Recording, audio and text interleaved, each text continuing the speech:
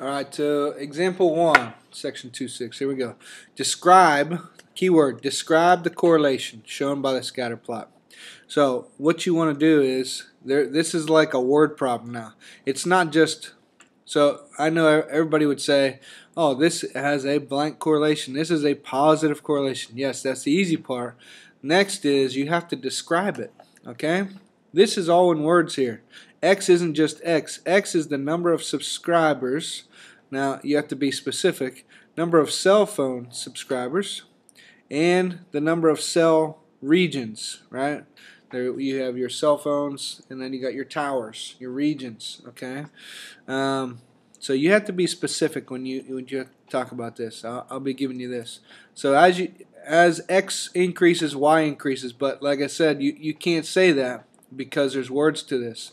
So you would say, as instead of X increases, you would say, as the number of cell phone subscribers increase, what is happening to the cell service regions? Well, as the number of cell phone subscribers increase, the number of cellular service regions also increase. That's what you would say. That's describing the correlation. So make sure you do that. Okay? What about this one? So this is number of cell phone subscribers, and this is number of corded phones, like you see in your house, right? You got a phone with the cord. Not many of those, right? I have cordless phones in my room, right? I don't even use a wired phone anymore. I don't like them. So that means this. Look at this. As the number of subscribers of cell phones increase, the number of corded phone sales, look at what they're doing over the years. They decrease. Okay? So that's what you would say for that one. So this is what you would say. So as the number of cell phone subscribers increase, the number of cell service regions tended to increase. That's a description right there I want.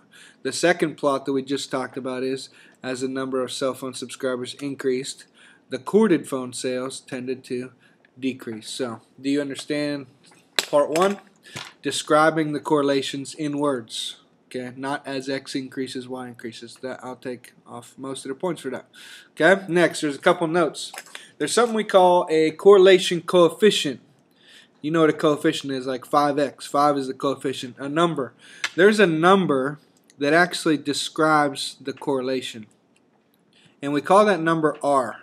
So we say R is the correlation coefficient, and this R is a number from -1 to 1 that measures, basically, R measures the strength, I'm going to put it in my own words, of the correlation.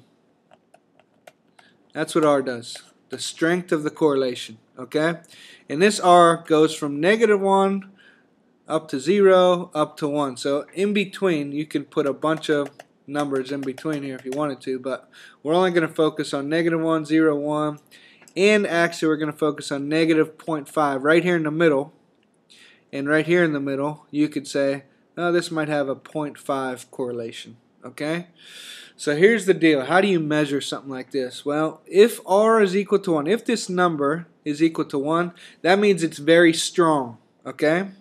The points lie near a line with the positive. Let's give a little example right underneath here. I'll show you an example. Okay? You see these points? They're all really close together, right?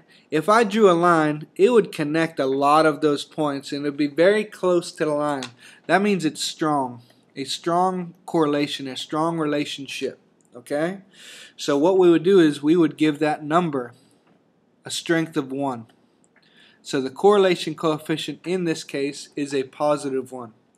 When would you have a negative 1? Well, I'll draw a picture. You draw this too. Okay? Look at these points. They're all very close to if I drew a line. Right? If I drew a line right here, they all would be really close to it. So this would have a correlation coefficient of -1. So what's the difference between these two? They're both strong, right? If it has a 1 in it, it's strong. If it's negative, it has a negative slope. If it's positive, that means it just had a positive slope. Now what about r equals 0? What if the correlation coefficient is 0? Draw yourself a picture. You just put these points all over the place. Okay? Put them everywhere. And then what if it's 0.5? Now that's the tricky part. Negative, okay, we'll go with positive 0.5.